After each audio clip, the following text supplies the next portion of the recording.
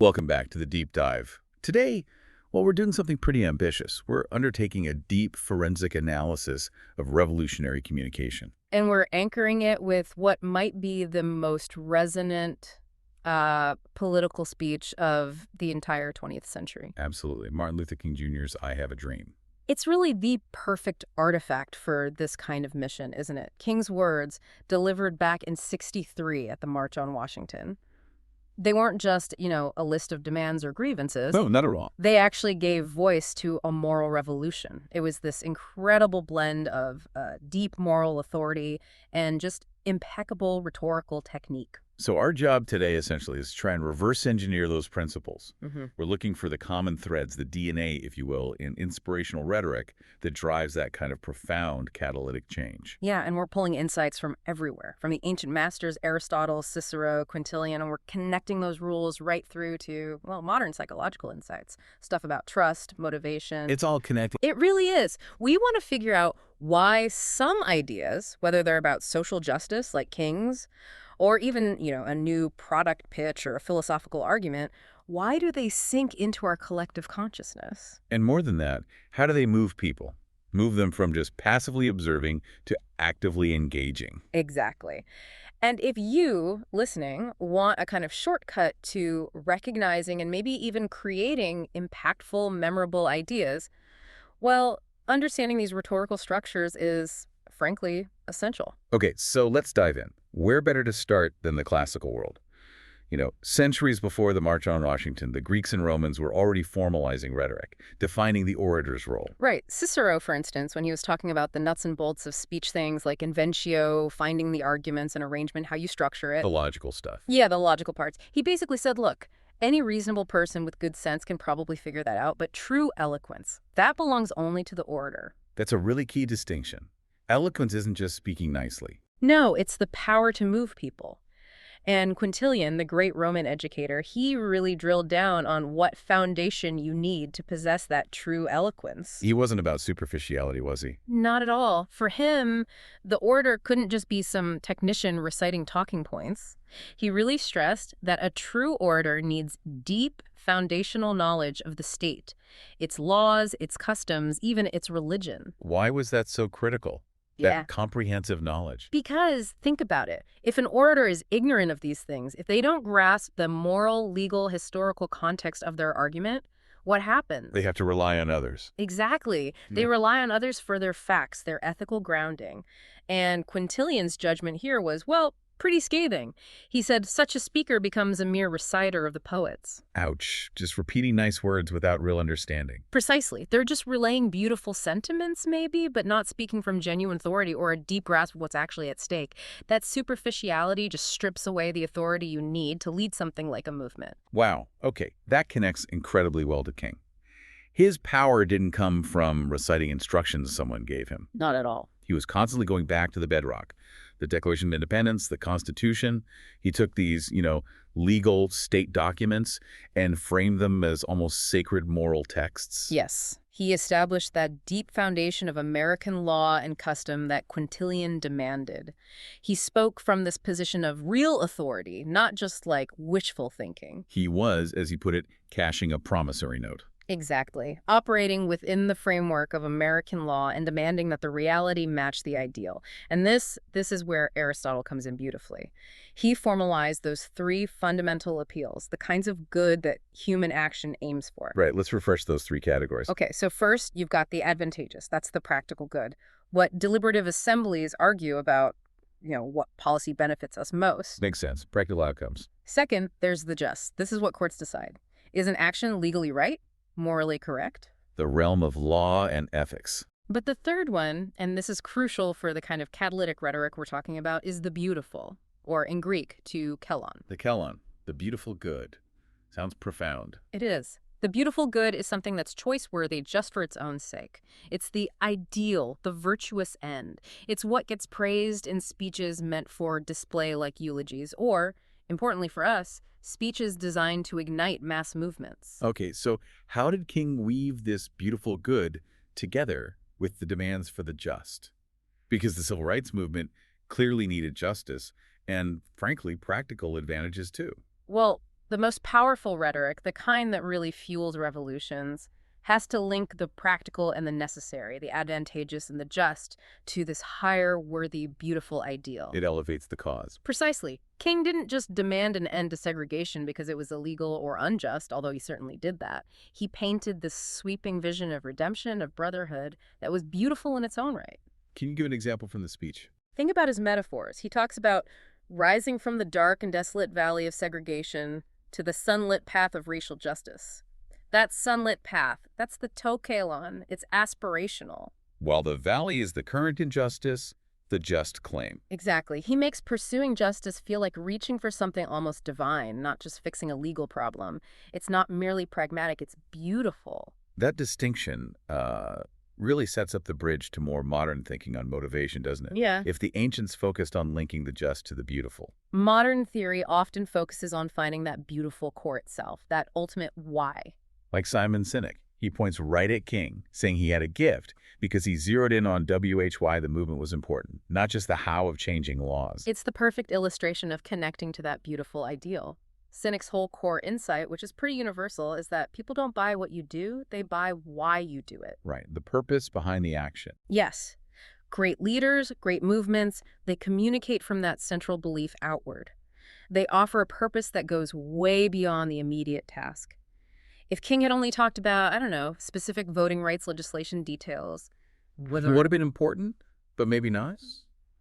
Inspiring in the same way. Exactly. It might have been informative, but probably forgettable on that grand scale. But because he spoke about the moral destiny of the nation, the why, it resonated so deeply and continues to resonate. That why keeps the movement going, even through setbacks, right? Like the Wright brothers' example from the sources. Their what was building a plane. A very difficult what. Right. But their why was much bigger. This vision of changing the world through flight. That belief kept them going despite crashes and skepticism. The movement, the effort, survives the immediate failure because the why is just so compelling. And if we push that idea of the ultimate good even further, we end up right in Plato's territory.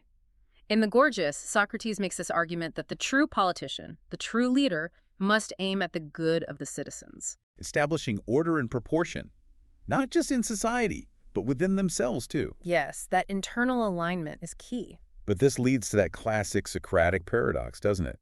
Where he claims that leaders who act without real knowledge don't actually have power, which sounds, well, kind of absurd on the face of it. They control armies, pass laws. It does sound absurd until you unpack what he means by real knowledge and real power. He's saying if your fundamental grasp of morality is flawed, if you're mistaken about the true ends, which, for Socrates, must be the good, Then even if you get what you think you want, you're not actually achieving what you really want, which is genuine well-being for yourself or the state.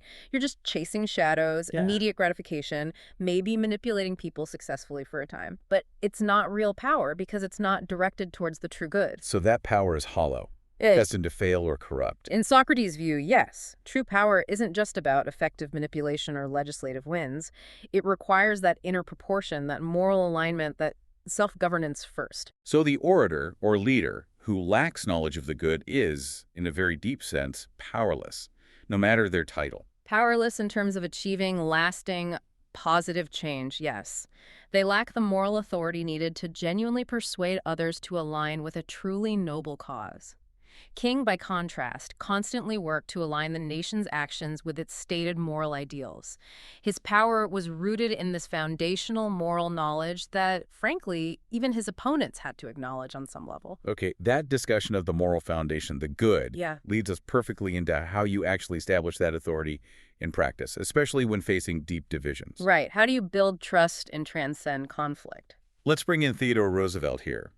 Moving from Plato's inner proportion to Roosevelt's critique of external division, particularly his strong stance against movements based on class hatred. Roosevelt was really adamant about this. He believed any movement built on class hatred was doomed to fail. And even if it somehow succeeded temporarily, the damage to the social fabric would be immense. So what was his alternative? He insisted that keeping government and society really sane and healthy meant judging each person based on their individual worth and their conduct, not on their membership in some group or class. It's a call for universal standards applied equally. Exactly. For Roosevelt, the only valid distinction was conduct.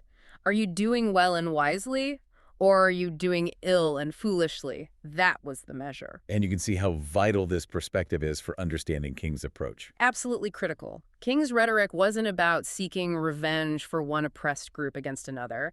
It wasn't class warfare. It was this universal call for all Americans, regardless of race, to live up to the highest principles of American conduct, of brotherhood. He completely bypassed the language of hatred and division. He had to. It was essential to his moral authority. Which brings us straight to integrity, the bedrock of trust. And Stephen Covey has a really powerful definition here. He distinguishes between honesty and integrity. Honesty is, telling the truth, conforming words to reality. Straightforward enough. But integrity, Covey says, is much harder. It's conforming reality to our words. Flipping it around, meaning? Meaning you keep your promises. You fulfill the expectations you set. Your actions have to actually reflect the principles you preach. If a leader promises freedom, their own behavior has to embody that freedom and dignity. That alignment between word and deed, that's the engine of trust, isn't it? Totally.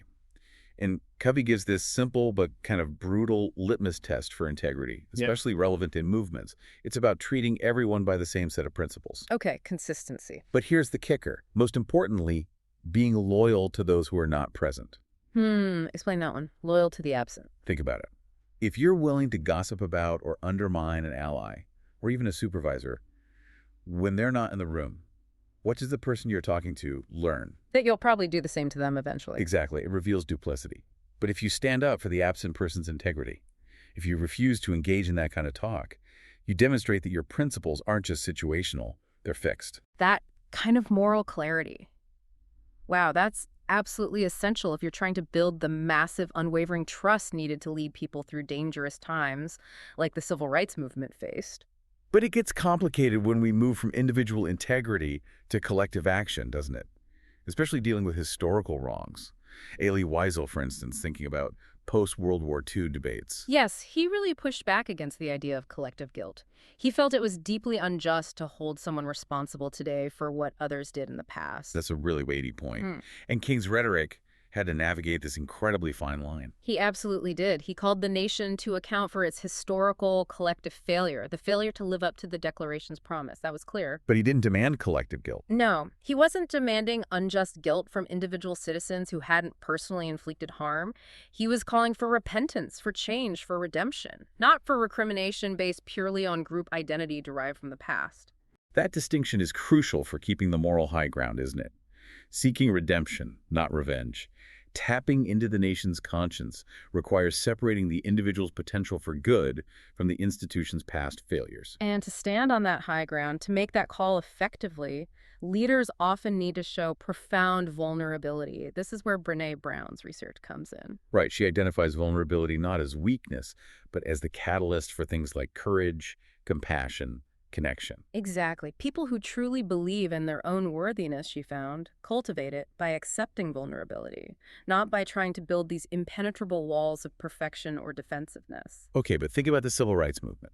They faced intense, real physical danger, bombings, beatings, arrests. How could they possibly leverage vulnerability in that context without just being crushed? Well, they turned it into a form of moral leverage. Their strategy of nonviolence, which demanded that leaders and marchers face brutal violence without retaliating, that was the ultimate display of moral vulnerability.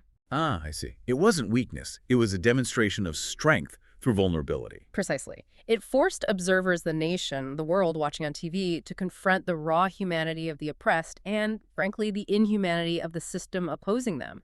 It generated mass compassion connection. The alternative, Brown warns, is silence. Shame.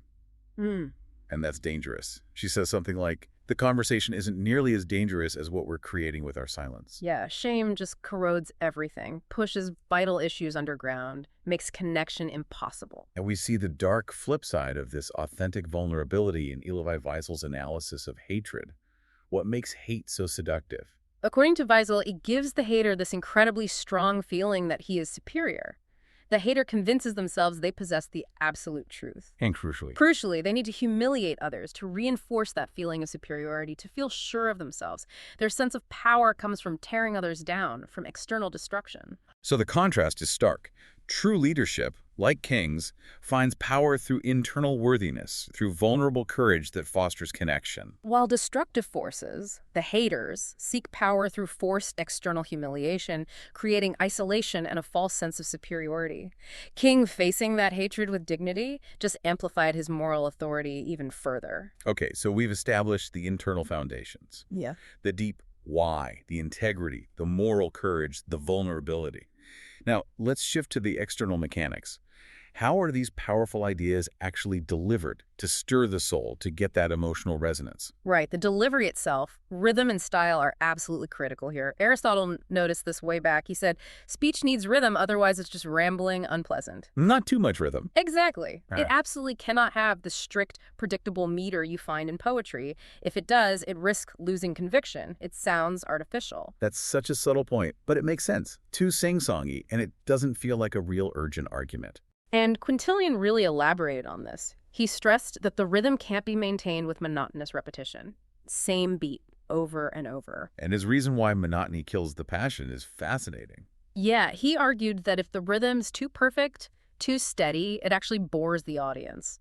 But more than that, it makes the orders seem like they have leisure for this species of refinement. Like they're too comfortable, too polished, not really feeling the urgency. Precisely. That perception of leisure, of being overly composed, instantly undermines the speaker's ability to stir passions.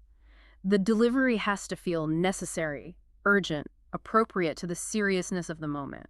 Which brings us right back to King's delivery in I Have a Dream. He was a master of using rhetorical devices, like anaphora, right? Absolutely. Anaphora, the repetition of a word or phrase at the start of successive clauses. It's key to his style. Think of the most famous parts. I have a dream, repeated 8 times, let freedom ring, 10 times, I think. But he wasn't just reciting a poem. No, he was building something. He was building a rhythmic crescendo. The repetition creates this powerful cadence. It hammers home the core idea. It builds emotional intensity, but... But the content following the repeated phrase keeps changing. Exactly. That prevents the monotony Quintilian warned about. The rhythm feels urgent, like a drum beat driving towards a climax, not like someone leisurely reciting lines they memorized. That structural artistry, though, it still has to feel authentic, doesn't it? Quintilian also noted that delivery must be becoming. It has to fit the speaker, fit the context. Yes, he used the example of 2 famous comic actors, Demetrius and Stratocles. They apparently had wildly different delivery styles, but both were brilliant because they worked with their own natures. So you can't just copy King's style and expect it to work. No, the delivery has to be authentic to who you are and what the situation demands. And often that authenticity gets amplified most powerfully through stories, through narrative and analogy. Chip and Dan Heath talk about this, right? Springboard stories. Yeah, those are narratives that help people visualize how a current problem could actually change. They fight skepticism by painting a clear picture of possibility. And maybe no one mastered the localized analogy better than Russell H. Conwell. His Acres of Diamonds lecture. He gave it thousands of times. Thousands. And part of his genius wasn't just the core story. It was that he apparently customized the entire lecture for the specific town he was in each time. He made sure he was in sympathy with the local conditions. Wow. What was the central message of Acres of Diamonds? It was incredibly optimistic, actually, basically. Every single person has the opportunity to achieve more, to find success right where they are, in their own environment, using their own skills, their own connections. And the core story illustrating this. It's the story of Ali Hafed, this fictional, ancient Persian farmer. He gets convinced that true wealth lies in finding diamonds, so he sells his farm, leaves his family, and wanders the world searching for them. He ends up broke and disillusioned. And the punchline. The man who bought Ali Hafed's original farm. One day, he notices a glittering stone in a stream on the property. Turns out, the farm is sitting on top of one of the richest diamond mines in history. The diamonds were right there in his own backyard all along. Ah, the Acres of Diamonds were literally under his feet. Exactly. Conwell used that story to ground this abstract idea of potential right in the listener's immediate reality. He'd point out, the richest person in the country probably didn't move away from some small town to make their fortune. He wasn't telling people to chase some distant dream. He was saying, look around you. Look at what you already have. Right. He gave concrete examples, too, like John Jacob Astor, the fur trader and merchant. Astor didn't just randomly stock his shop. Conwell tells how Astor would apparently watch people, study what they wore, how they wore it, paying meticulous attention to local demand. So Astor found his diamonds, his success, by observing his immediate environment carefully. Yes. Conwell's point was, success often comes from seeing the opportunities right in front of you, the ones everyone else overlooks.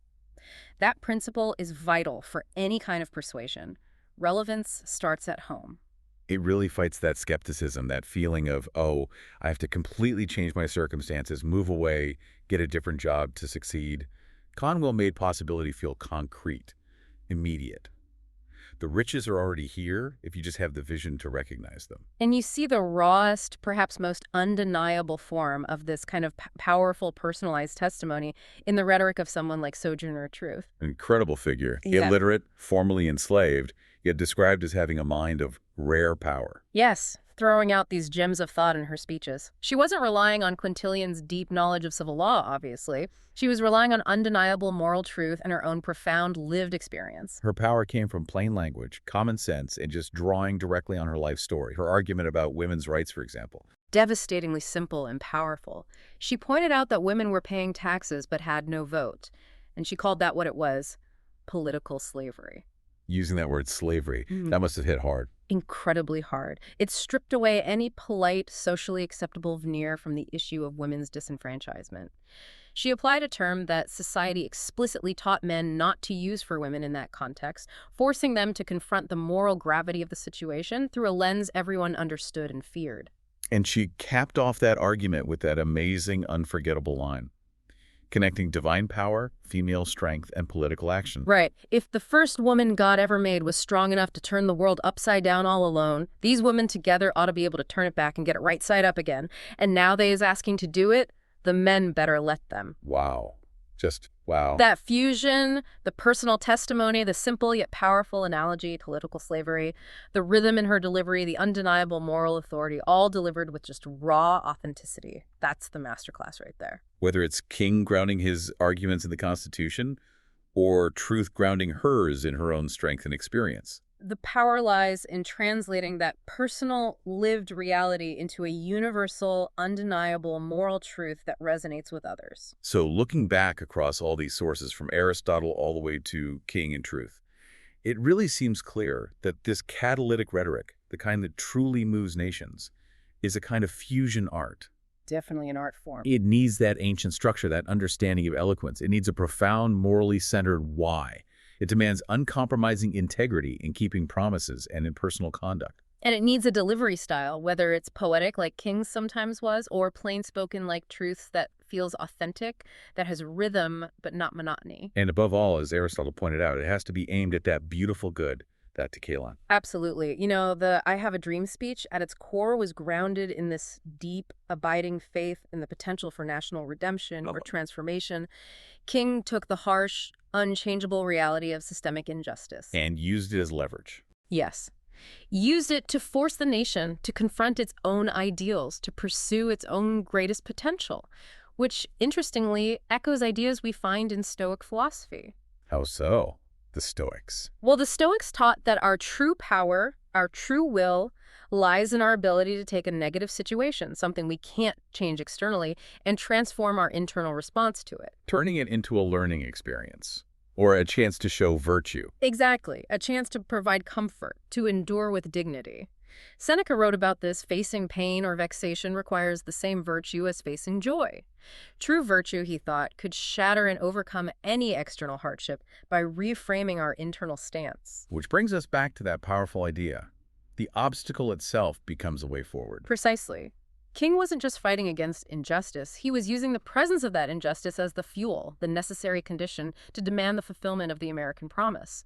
The injustice became the catalyst for demanding the ideal. Okay, so here's the challenge, the thought we want to leave you with, drawing from this whole deep dive into revolutionary rhetoric. The Stoics summarized it as, what stood in the way became the way. So, think about an obstacle you're facing right now. Could be anything: a frustration at work, a burden in your personal life, maybe even a perceived injustice in your own community, your own acres of diamonds. Instead of just seeing it as this dead weight, you have to somehow overcome or push aside. How could you apply King's method? How could you maybe reframe that specific obstacle, turn it from just a burden into a source of empowerment? How can your current problem become the very thing that advances your goal? The foundation upon which you demonstrate your integrity, pursue your own beautiful good. Because as we've explored today, the struggle for meaningful change, whether it's personal or political, isn't just about having the right techniques or being a clever reciter of the poets. No, it's about integrating that deep moral and emotional courage. The courage required to translate a powerful, authentic vision into lived reality. So go find the diamonds in your own backyard and figure out how to make that vision stick.